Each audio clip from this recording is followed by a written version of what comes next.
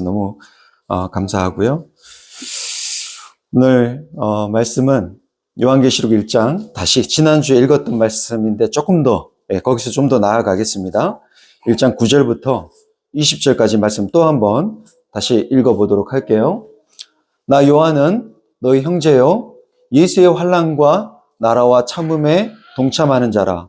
하나님의 말씀과 예수를 증언하였으므로 말미암아 밤모라 하는 섬에 있었더니 내가 성령에 감동되어 그의 뒤에서 나는 나팔 소리 같은 큰 음성을 들으니 이르되 내가 보는 것을 두루마리에 써서 에베소, 서머나, 보가모, 도아디라, 사데, 빌라델비아, 라우디게아 등 7 교회에 보내라 하시기로.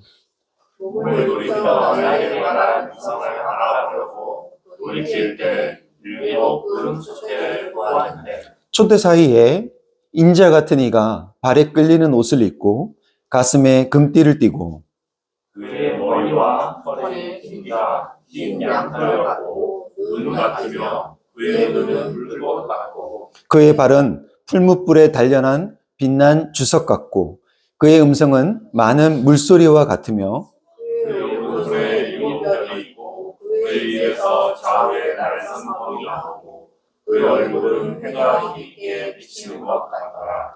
내가 볼 때에 그의 발 앞에 엎드러져 죽은 자 같이 되매 그가 오른손을 내게 얹고 이르시되 두려워하지 말라. 나는 처음이요 마지막이니 곧 살아낸 자라 내가 전에 죽었었노라. 울지어다 이제 세세토록 살아있어 사망과 음부의 열쇠를 가졌노니 그러므로 내가 본 것과 지금 있는 일과 장차 될 일을 기록하라. 내가 본 것은 내 오른손에 7 뼈의 비밀과 또 7 금 촛대라. 7 뼈는 7 교회의 사자요 7 촛대는 7 교회니라. 아멘. 인사 나누실까요? 네, 예배 잘 오셨습니다. 네, 환영합니다. 반갑습니다. 네. 네. 안녕? 하민이 또 포비가 됐네. 네, 오늘은요, 지난번에 이어서 조금 더, 1장의 진도를 좀 더 나가도록 하겠습니다. 오늘은 고통의 시대의 교회가 봐야 될, 예수 그리스도라는 제목으로 말씀 나눌 텐데요.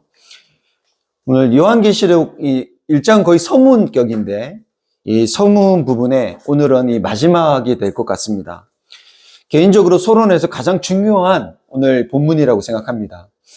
우리가 한번 흐름을 놓치면 이해하기가 어려우니까요. 여러분 잘 따라오시길 바랍니다. 지난번에 나영 성도님이 제가 지난번에 좀 많이 흥분했었나 봐요. 그래서 좀 많이 빨랐대요, 템포가. 그래서 따라가기가 좀 힘드셨다고 하던데 오늘 뭐 잘 될지 모르겠지만 좀 천천히 호흡하면서 말씀을 전하도록 애써 보겠습니다. 서론을 마치고 우리가요, 오늘 1장을 마치고 이제 다음 2장으로 다음부터 들어가게 되면요, 이제 7 교회에 대한 본격적인 메시지가 시작이 됩니다. 근데 그 메시지를 우리가 접하기 전에, 그 메시지를 우리가 정말 제대로 이해하려면요, 그 전에 당시 그리스도인들이 처해 있었던 이 보편적인 상황, 그들이 어떤 상황에 놓여 있었는가, 이 편지를 받고 있는 그 그리스도인들이 어떤 상황에 놓여 있었는지 우리는 먼저 그것을 잘 이해할 필요가 있습니다. 그래서 제가 계속 그토록 반복해서 얘기하고 있었던 거죠. 앞서 우리가 그 3번의 설교를 통해서 그 당시 그리스도인들이 처해 있었던 그 상황, 그것을 로마라는 그 시대적인 배경을 통해서 우리가 살펴봤잖아요. 그런 것처럼 오늘은 사실 로마라는 그 시대적 배경을 통해서만 알 수 있는 것이 아니라 이 성경을 통해서 우리는 또 알 수 있습니다. 오늘 요한계시록 2장 이후에 나오는 7 교회에 보내는 그 메시지 안에서도 그들이 어떤 상황에 놓여 있었는지를 우리는 엿볼 수 있는데요.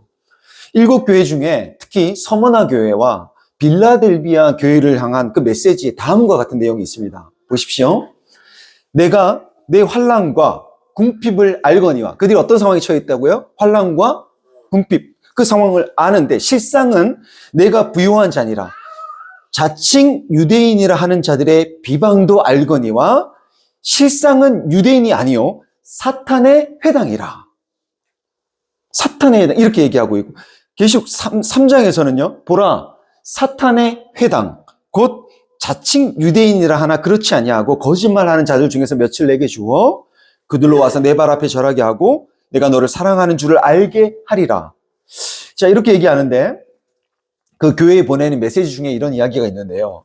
여러분, 회당하면 떠오르는 사람들이 누구죠? 예, 맞죠. 유대인들입니다.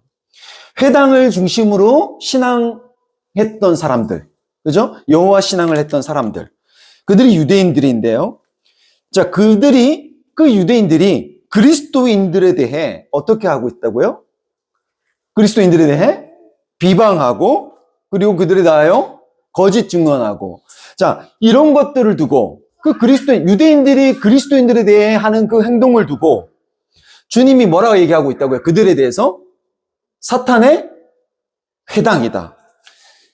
사탄의 회당이라고 말할 정도로, 당시 여러분, 이 교회에 대한, 이 그리스도인들에 대한 유대인들의 핍박이 대단히 심했다는 것을 우린 알 수 있습니다. 우린 당시 그리스도인들이 로마 사회로부터 핍박당한 것으로만 생각하기 쉬운데요. 유대인들의 중심인 이 회당을요, 여러분 사탄의 회당이라고 주님께서 말씀하실 정도로 실은 여러분 그 당시에 유대인들에 의한 박해가 훨씬 더 심했습니다. 이때만 해도 여러분 이 로마로부터의 박해가 아주 본격적으로, 아주 직접적으로 시작된 시기가 아니었고요. 간접적으로만 일어나고 있는 상황이었어요. 그래서 그 로마보다 훨씬 더 심각했던 그 박해는 유대교로부터였습니다. 유대인들로부터였어요. 여러분 우리가 사도행전에서도 봤다시피 바울이 이방인들에게 이방 지역에 가서 교회를 세울 때마다 그것을 회방하고 방해한 세력들이 누구였습니까? 유대인들이었죠. 그리고 심지어 바울이 40의 하나를 감한 그 매를 맞은 것도 누구로 인한 것이었어요? 유대인들로 인한 것이었습니다. 그렇게 그 유대인들로 인한 그 박해가 심했던 것이죠. 그러면 유대인들이 그리스도인들을 이렇게 박해했던 이유가 뭘까요? 당시 로마가 유대인들을 지배했을 때 여러분 유대교회에 대해서만큼은 예외적으로 그 유대인들이 믿는 그 유대교를 인정해 줬어요. 왜 그랬냐 하면요. 이 유대인들은 좀 유별나요. 우상에게 절하기를 거부하고요. 타협할 여지가 없는 거죠. 그래서 어떤 황제 숭배나 여타 이제 다른 어떤 그 신들, 그런 어떤 것들을 강요할수록 반발이 거세지고 툭하면 어떻게 합니까? 이 유대인들이 반란을 일으켜요. 그러니까 통치하는 로마 입장에서는 이것이 이 유대인들은 골칫거리인 겁니다. 그래서 평화적으로 다스리고 통치하기 위해 아주 예외적으로 유대교를 인정해 줍니다. 그러니까 어떻게 보면 이게 참 그런 그 시대 상황에서 사실 굉장한 특혜인 거잖아요. 그런데 로마 입장에서 기독교가 이제 태동하기 시작했는데 기독교를 볼 때 기독교는 그냥 유대교의 한 분파로 보이는 거예요. 그러니까 유대교랑 한 세트로 본 겁니다. 기독교를. 그래서 기독교에 대해서도 제재하지 않았어요. 유대교를 예외적으로 인정해 준 것처럼 기독교도 유대교의 한 분파이기 때문에 특별히 그렇게 제재하지 않았습니다.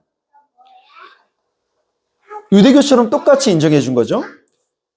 그러니까 이 유대인들의 입장에서는 어때요? 유대인들의 입장에서는 기독교를 볼 때 기독교는 이단이거든요. 그러니까 이 로마로부터의 이 종교적인 자유, 이것을 얻어낸 것, 이것을 인정받은 것은 자기 자신들의 희생으로 인하여서 얻어낸 자유인데 그 혜택을 누가 똑같이 받고 있어요? 기독교가, 그리스도인들이 똑같이 누리고 있는 거예요. 근데 그게 어때요? 싫어요, 좋아요? 그게 싫은 겁니다. 마치 오늘날 가톨릭과 개신교를 포함해서 공인된 기독교들, 그 기독교가 신천지나 이단들을 볼 때 느끼는 그 감정과 같은 거예요. 우리도 그렇지 않습니까? 우리 기독교를 보듯 사람들이 이 세상이 신천지를 기독교와 똑같이 보는 게 좋아요, 싫어요? 싫잖아요. 그들은 우리와 다른데. 그들은 이단인데. 마치 그런 감정인 겁니다. 우리랑 분명히 다른데 일반 사람들은 사실 신천지와 우리를 다르게 봅니까? 다르게 볼까요? 아니요. 일반 사람들은요, 그냥 똑같은 거예요. 똑같은 그냥 기독교예요. 세트로 보잖아요. 근데 그게 우리 입장에서는 어때요? 너무 싫어요. 너무 싫은 거죠.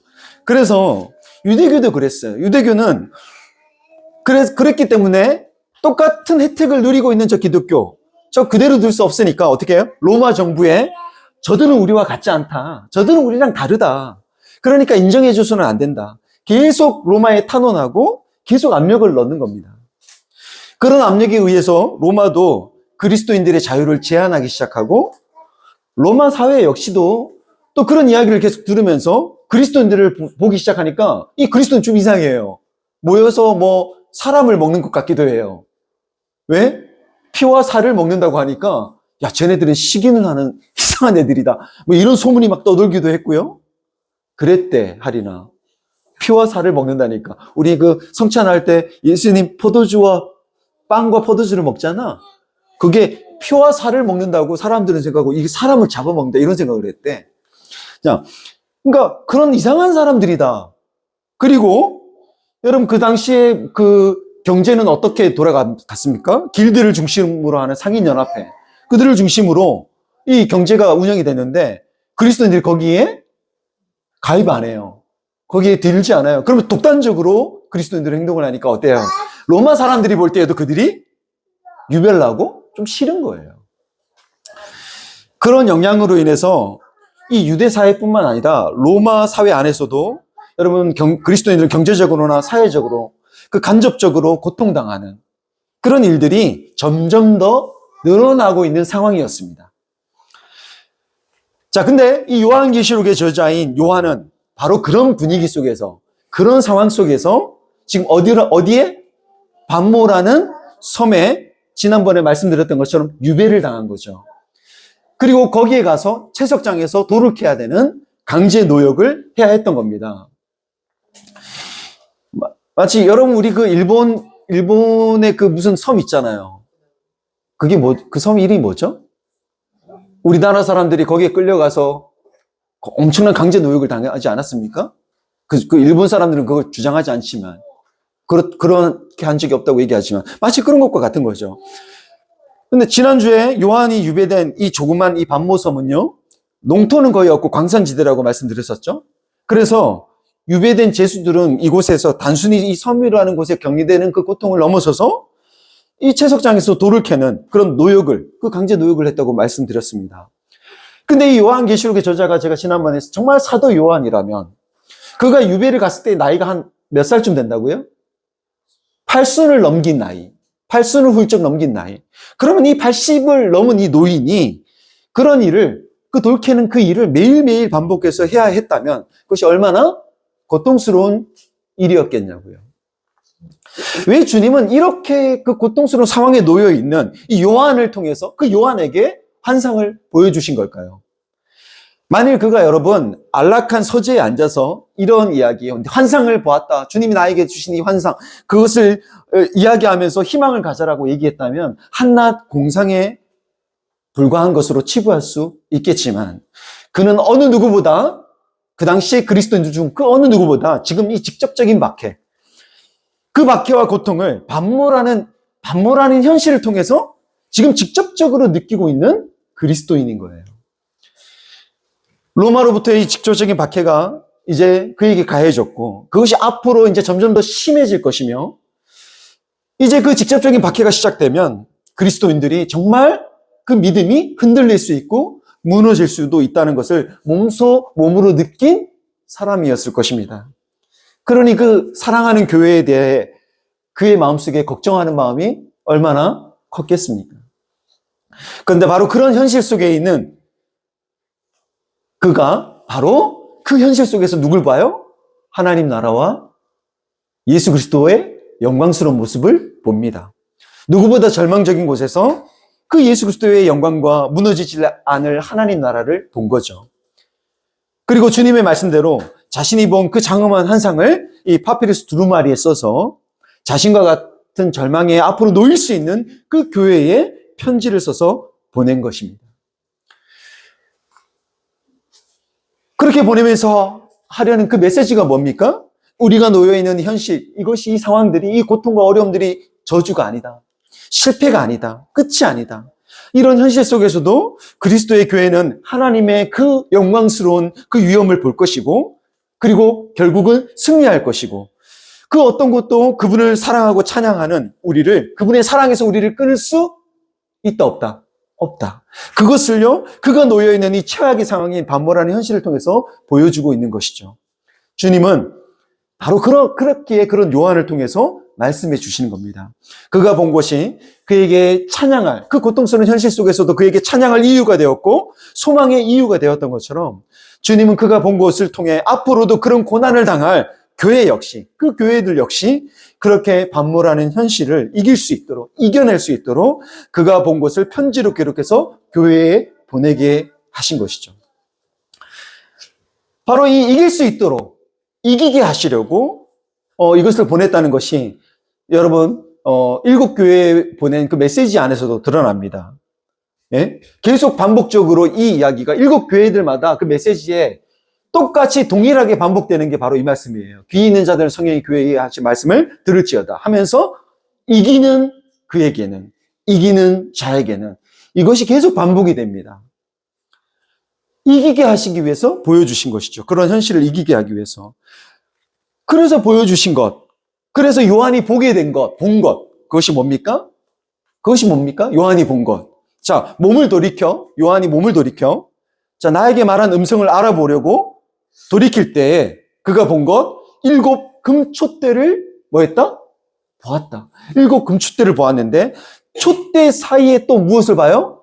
인자 같은 이가 발에 끌리는 옷을 입고 가슴에 금띠를 띠고 그의 머리와 털의 희기가 흰 양털 같고 눈 같으며 그의 눈은 불꽃 같고 그의 발은 풀무불에 달려난 빛난 주석 같고 그의 음성은 많은 물소리와 같으며 그의 오른손에 일곱 별이 있고 그의 입에서는 좌우에 날선 검이 나오고 그 얼굴은 해가 힘있게 비치는 것 같은 인자를 봅니다. 자, 요한이 몸을 돌이켜서 본 것이 뭐냐? 일곱 금촛대와 또 뭐죠? 촛대 사이에 있는 인자 같은 이예요. 이 두 가지가 핵심이에요. 본 것의 핵심. 촛대와, 일곱 촛대와 그 촛대 사이에 있는 인자 같은 이. 나머지는요, 나머지 이야기들은 이 인자 같은 이에 대한 묘사예요. 자, 일곱 촛대가 뭔지에 대해서는 오늘 이 계시록에서 주님께서 이 말씀을 주신 주님이 직접 설명해 주십니다. 보십시오. 아주 친절하게 설명해 주는데, 자, 네가 본 것은 내 오른손에 일곱 별의 비밀과 또 일곱 촛대라. 네가 본 것. 근데 일곱 별은 일곱 교회의 사자요. 일곱 촛대는 뭐다? 일곱 교회인이라. 그러니까 일곱 촛대는 일곱 교회라고 친절하게 주님이 말씀해 주시죠. 여러분, 일곱 교회는 제가 지난번 말씀드렸지만 일곱 교회는 당시에 실제했던 교회들, 이름을 우리가 알 수 있는 실제했던 교회이면서 동시에 뭐라고요? 일곱이라는 이 완전수를 통해 지상의 모든 교회를 말하는 것이라고 제가 말씀을 드렸었죠. 네, 모든 교회를 이야기하죠. 자, 그러면 그 일곱 교회 사이에 누가 있다? 인자 같은 이가 있는 것을 그가 본 겁니다. 그러면 인자 같은 이는 도대체 누구인가? 일곱 촛대는 교회임을 알겠는데, 그럼 그 교회 사이에 있는 인자 같은 이는 누구인가? 인자 같은 이를 알기 위해서는 다니엘서 7장을 우리가 봐야 되는데요. 7장을 보면요. 다니엘서 7장을 보면, 이건 한참 이전이죠. 한참 이전 시대에 쓰여진 계시죠.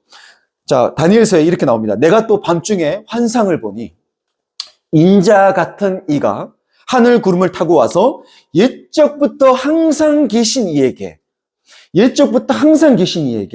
나아가서 그 앞으로 인도되매 그에게 권세와 영광과 나라를 주고 모든 백성과 나라들과 다른 언어를 말하는 모든 자들이 그를 어떻게? 섬기게 하였으니 그의 권세는 소멸되지 아니하는 영원한 권세요. 그의 나라는 멸망하지 아니할 것이라. 이렇게 다니엘서에서 기록하고 있는데 여기서 인자 같은 이는 어떤 이예요? 옛적부터 항상 계신 이에게 권세와 영광과 나라를 부여받았어요. 옛적부터 항상 계신 이는 누구겠어요? 예, 전에도 계셨고 이제도 계시고 앞으로도 계실 하나님. 자, 그 하나님으로부터 그 하나님으로부터 권세와 영광과 나라를 부여받고 그렇게 부여받아서 모든 백성과 나라와 방언이 예? 다른 언어를 말하는 모든 방언 그 방언이 그를 어떻게 해요? 섬깁니다. 그를 섬기며 그리고 소멸되지 않는 그 영원한 권세를 가지시고 멸망하지 않는 그 나라를 절대 멸망하지 않는 나라를 세우시는 분이라는 것을 우리는 이 다니엘서의 환상을 통해서 알 수 있죠. 근데 자 그러면 이렇게 하나님으로부터 이 권세와 나라와 그 모든 고난을 부여받아서 그 모든 백성들을 그 모든 백성들이 그 권세에 있는 그분을 섬기고 그 백성들과 정의와 공의와 사랑으로 다스릴 그 영원한 그 하나님 나라를 세우실 그분이 누굽니까? 성경은 그분이 누구라고 끊임없이 우리에게 계속적으로 얘기해주고 있어요. 바로 예수 그리스도시죠. 예수 그리스도. 이 인자 같은 이는요, 옛적부터 항상 계신 이와 동등한 존재로서요. 그분과 동등한 존재로서 신적 지위를 가진 메시아, 바로 구원자로 볼 수 있습니다. 그래서 그 인자는 예수 그리스도를 말한다고 우리는 이해할 수 있습니다. 인자 같은 이에 대한 이 묘사를 만약에 우리가 문자 그대로 그것을 그림으로 그려본다면 정말 어떨 것 같습니까? 기괴합니다. 그걸 문자 그대로만 반영해서 우리가 그림으로 그려본다면. 여러분, 보십시오. 발에 끌리는 옷을 입고, 금띠를 띠고, 가슴에, 머리와 머리카락은 어때요? 양털처럼 희어요. 하얘요. 그리고 눈은 어때요? 불꽃이에요, 불꽃. 불꽃 같고. 그리고 발은 어떻습니까? 빛나는 주석. 저는 그게 좀 생각이 막 나더라고요. 그 있잖아요. 마블에서 나오는 이터널, 뭐더라? 그 마동석이 나오는, 아무튼 뭐 그런 존재들. 막 있잖아요. 막 발은 주석 같고, 그 있잖아요. 그리고 음성은 어때요 또? 많은 물소리. 예, 우리 여름 나이아가라 가보신 분이 분명히 계실 텐데, 저는 아직 가보지 못했지만, 뭐 엄청난 그 물소리. 그리고 오른손엔 7별을 갖고 있고, 쥐고 있고, 입에서는 또 뭐가 나와요? 혀가 아니라 검. 날선 검이 나오고요. 얼굴은 해같이 빛나는 이 이미지들의 집합은 여러분, 이건요, 예수의 외형을 보여주는 걸까요? 말하는 걸까요? 아니에요. 예수님의 외형을 보여주는 것이 아니라 예수 그리스도의 권능과 그의 영광을 지금 은유적으로 보여주는 것이죠. 예수님은 이 다니엘서에 나오는 바로 이 인자 같은 이로서, 그러니까 인자 같은 이는 우리가 다니엘서 7장을 봤지만 그분은 어때요? 높아지신 분이에요. 그분은 높아지신 분입니다. 영화롭게 되신 분입니다. 그렇게 영화롭게 되신 분인데 그 영화로움이 그렇다면 어떤 것인가를 이 요한계시록 1장에서 뭐 하고 있어요? 그분에 대해서 묘사하고 있는 거예요. 자, 발에 끌리는 옷을 입고 가슴에 금띠를 띄었다는 것은요. 이것은 어떤 학자들은 발에 끌리는 옷 하면 뭐 어떤 옷이 생각날까요? 제사장이 완전히 발을 덮었잖아요. 그런 옷을 입었잖아요. 그래서 이건 제사장의 옷이다. 그래서 바로 그분이 바로 제사장이라고 얘기를 하는 것이다. 이렇게 보기도 하지만 가슴에 금띠를 띄었다는 것으로 보아서 그 옷과 끌리는 옷과 가슴에 금띠를 띄었다는 것으로 보아서 당시 이것은요. 왕들이 입었던 옷에 더 가까운 묘사다. 왕들이 입은 옷. 그래서 그분을 어떻게 생각하냐? 바로 그분이 왕같이 높고 존엄한 분이심을 말하는 것이다. 그분이 높고 존엄한 분이다. 그리고 머리와 털의 희기가 희다. 희다는 건 뭐냐 하면 고대 문화에서요, 여러분, 이 흰 머리털은요, 오랜 세월을 통해서 축적된 그 경륜, 그리고 그 경험에서 우러나온 지혜를 가리킨다고 합니다. 그래서 이 이야기는 뭐냐? 예수께서 그렇게 영원한 그 지혜, 오랜, 영원한 그 지혜와 경륜이 있는 그런 분으로서 이 예수 그리스도를 말하고 있는 것이고요. 그리고 여러분, 눈은 불꽃 같다는 것은 다니엘서 10장 6절에 나오는 이 말씀을 갖고 온 건데요. 그의 눈은 횃불 같고, 에서 나온 이것을 여기에서 나온 이미지인데, 대부분 학자들은 이 이미지를 어떻게 보냐면 인간의 상황을 꿰뚫어 보는 신적 통찰력으로 봅니다. 그분이 그러니까 이런 통찰로 예리하게 이 세상을 뭐 하시는 분? 판단하시는 분, 분별하시는 분이라는 것이고요. 또 여러분, 풀무에 단련한 빛나는 주석 같은 발, 이건 도대체 뭘까? 이건 역시 다니엘서 10장 6절에서도 이것도 그대로 가져와요. 보십시오. 그의 팔과 발은 빛난 뭐 같고? 녹과 같고. 이 이미지에서 가져온 건데, 당시 요한계시록의 원 독자들은요, 여러분, 이 주석이 무엇인지를 알았다고 합니다. 이 금속이 뭔지. 이 주석은 당시 두아디라의 그 길드, 그 상인연합회 길드에서 나온 금속으로서, 당시 두아디라는 로마의 주둔군이 있었던 도시래요. 그래서 이 빛나는 주석은 뭐냐? 그 군사적인 목적에 쓰였던 금속이고, 또 그 로마인들의 화폐 주조를 위해서 만든 이 구리와 아연이 혼합된 아주 단단한 노쇠 합금이었다고 합니다. 그래서 이것은요, 무엇을 의미하냐? 그들이 어떻게 이해했냐? 그분이 바로 적을 파하는 아주 강한 힘과 능력이 있는 분이시라는 의미로 이해했다는 것이죠. 그리고 많은 물소리 같은 그분의 그 음성은 에스겔서에서 가져온 거예요. 에스겔서 1장 24절을 보면요, 많은 물소리와도 같으며, 그분의 음성이 전능자의 음성과도 같으며 군대의 소리와도 같은 이 생물들의 날개 소리. 여기서 이곳에서, 그리고 에스겔서 43장 2절에 많은 물소리와 같은 그 하나님의 음성에서 이것을 가져온 것이죠.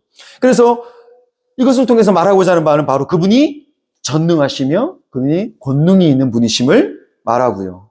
또 오른손에 7별, 쥐고 있는 7별은요, 여러분, 성경에서 오른손은 늘 어떤 걸 의미하죠?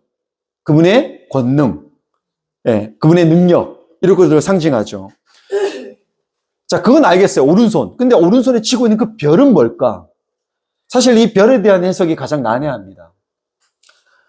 우리가 아까 전에 봤다시피 일곱 촛대는 바로 여기에서 보다시피 일곱 촛대는 일곱 교회라는 걸 명확하게 알겠지만 도대체 이 일곱 별은 뭘까? 이게 가장 해석이 어렵습니다. 이 별이 의미하는 바가 뭔지.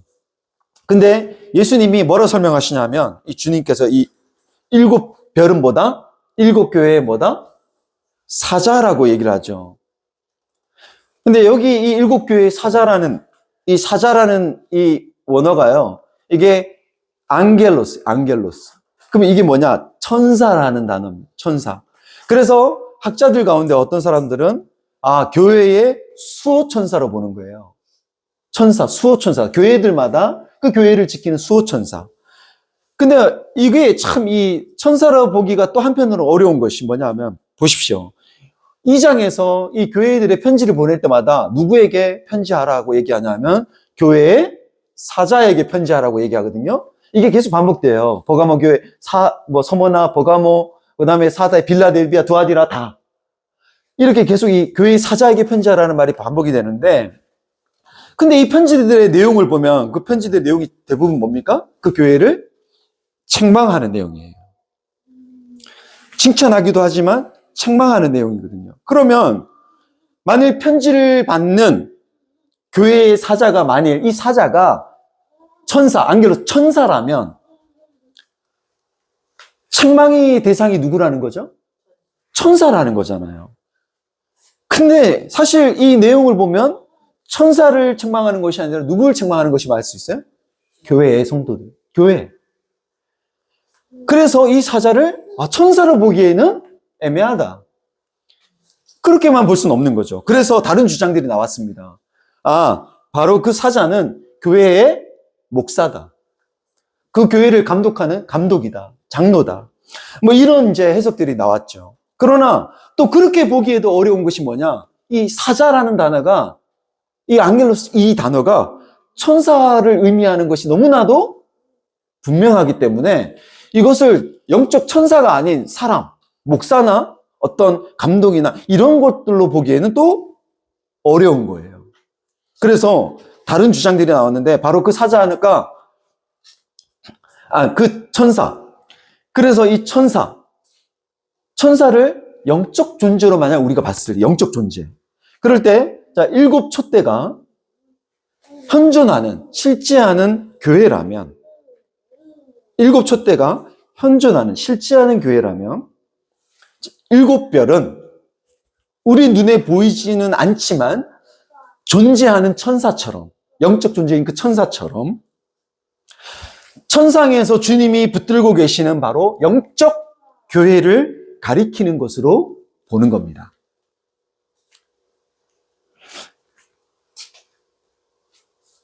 물론 이 해석에도 한계가 있긴 하죠. 네. 그러나 핵심은 뭐냐? 예수 그리스도가 실제하는 이 땅의 교회 사이에 계시며 또 이 지상교회의 원형이면서 그 영적 실체를 할 수 있는 천상의 교회를 그분이 강하게 붙들고 계시다는 것이죠. 오른손으로 쥐고 있다는 것은 소유의 의미로 볼 수 있지만 지키고 보호하는 것을 의미할 수 있습니다.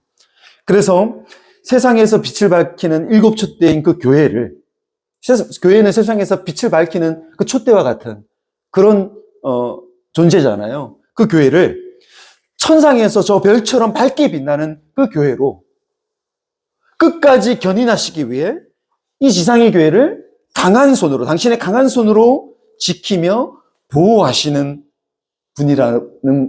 분이라고 이 이미지를 통해서 말하고 있다는 것이죠. 또 입에서 나오는 좌우의 날성검은 이사야서에서 갖고 옵니다. 이사야서에 보면요, 11장 4절에 보면 그의 입에 막대기로 세상을 치고 그의 입술의 기운으로 악인을 죽일 것이며 라는 이 말씀처럼 이 좌우의 날성검은 뭐다? 악을 심판하는 분이시라는 것이죠. 그리고 해가 힘있게 비치는 이 얼굴은 여러분 예수 그리스도께서 변화산에서 어떻게 변하셨어요? 그 표현을 그대로를 옮기면 그의 얼굴이 해같이 빛나며 옷이 빛과 같이 희더라. 그렇게 희어졌던 바로 그분의 영화롭고 아주 영광스러운 그런 그분의 모습을 우리에게 상기시키죠. 이렇듯 이 이미지들은 구약의 그 이미지들을 반복적으로 사용함으로써요. 예수 그리스도가 바로 옛적부터 항상 계신 그 하나님과 동등한 분이시며 다니엘서, 스가랴서, 이사야와 에스겔서에서 있고 환상을 그 이야기들을 이미지를 그대로 가져옴으로써 예수가 바로 이 구약의 소망과 예언의 성취이며 그분이 바로 그 영화롭게 된 영광스러운 분이라고 우리에게 이 교회를 향하여 말해주고 있는 것입니다. 자, 그렇게 영화롭게 된 분이 예수 그리스도이신데 바로 그분의 지배와 그 영화로우신 그분의 그 지배와 그분의 보호 아래에 있는 것이 바로 누구다? 교회라는 겁니다. 그분의 그 손과 그 지배와 보호 아래에 있는 것이 바로 교회다. 바로 저와 여러분을 말하는 겁니다. 그분의 지배와 보호 아래에 있는 자들이 누구다고요? 교회고 바로 교회된 저와 여러분이라고요. 근데 별 감흥이 없죠. 그분의 지배와 보호 아래에 있는 것이 여러분입니다. 얘기해도 별 감흥이 없죠.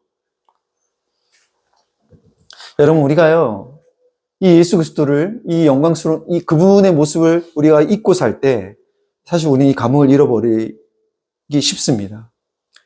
우리가 비교 당하며 사는 이 세상에서 나를 보니까 내 모양이, 내 꼴이 정말 이것밖에 안 되는데, 우리가 그런 것들에만 우리가 마음이 꽂혀서 그런 생각으로 가득하다 보니 우리 안에 있는 그 영광의 빛, 그것은요, 그리스도로 인하여서 우리가 부여받은 그 영광의 빛이 어느새 우리 안에 사라지고 그저 그냥 감동 없이 마치 그 에스겔 골짜기에 그 마른 뼈들처럼 우리가 그렇게 살아가는 것은 아닌가 싶습니다.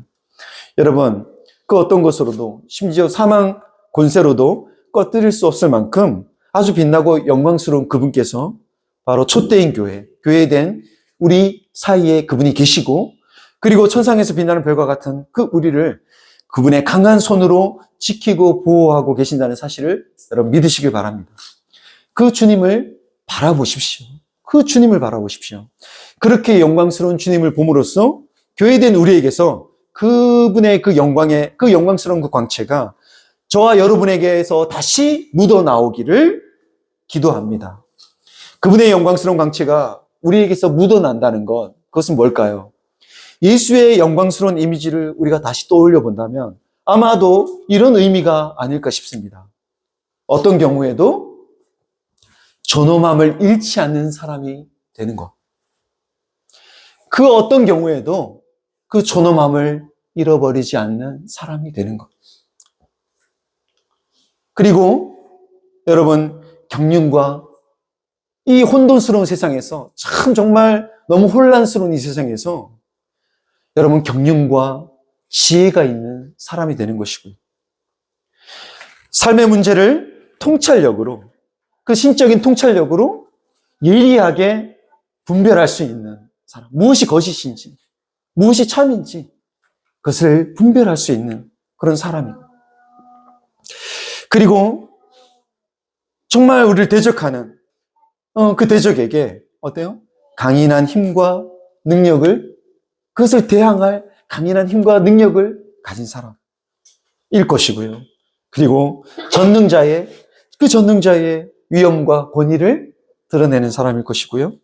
말씀의 검으로 악을 물리칠 수 있는 사람. 그리고 얼굴에 해같이 빛나는 그 그리스도의 영광의 광채가 묻어나는 사람이 되는 것일 겁니다.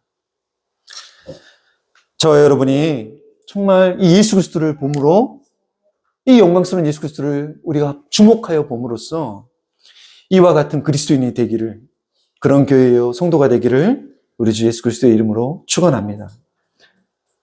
사실 이건 너무나 중요한 것입니다. 이게 너무나 중요한 것인데 이것을 우리가 견지하는 것, 이런 사람이 되어지는 건 너무 중요한데 우리는 힘과 부와 여러분 이데올로기에 따라서 이의 득실을 따라 차별하고 배제하는 이 세상에서 여러분 우리가 을이 될 때, 우리가 약자가 될 때 이런 것들은요 쉽게 잃어버릴 수 있는 것들이죠. 존엄함 언제든 짓밟혀요. 쉽게 무시당하고요. 짓밟혀 버립니다. 직업의 귀천에 따라, 우리 출신 성분에 따라, 학벌에 따라, 소유의 많고 적음에 따라 얼마나 쉽게 무시당하며 우리의 인간성이 얼마나 쉽게 짓밟힐 수 있는지를 우리는 압니다. 여러분, 가족으로부터도 그런 일을 당하고요. 그리고 심지어 교회 안에서도 그런 일이 일어나죠. 그런 세상이기에 우리는 더욱더 이 그리스도의 모습으로 여러분 우리는 옷 입어야 되는 줄 믿습니다. 이것이 환난과 고통 중에 요한이 본 그리스도의 모습이에요. 그리고 편지를 써서 보낼 그 당시에 7교회가 그 당시 겪고 있는 일, 현재 겪고 있는 일, 그 환난 중에 그 7교회 역시도 바라봐야 될 예수 그리스도의 모습이고요. 그리고 장차 모든 교회가 여러분 신앙의 위기 속에 언제나 위기를 당할 장차 모든 교회들이 그들도 역시 바라봐야 될 예수 그리스도의 모습이라는 것이죠. 그러나 여러분 위기가 올 때 교회가 그것을 극복하기 위해서 선택하는 것들은 무엇일까요? 하나님의 공동체가 위기가 닥칠 때 선택하는 것들이 뭘까요? 제가 선교단체 간사를 했을 때 선교단체 역시도 하나님의 어떤 교회의 일부로서 사실 최전방에서 전도하고 선교하고 그렇게 싸웠던 단체죠. 근데 제가 몸담고 있었던 IBF는 그 위기가 닥쳤을 때 그들이 선택했던 건 뭐예요? 저도 그들이었어요. 그들 중에 한 명이었는데, 선택했던 건 컨설팅이었습니다. 기업들이 받는 컨설팅, 비저닝 작업 같은 것들이었어요.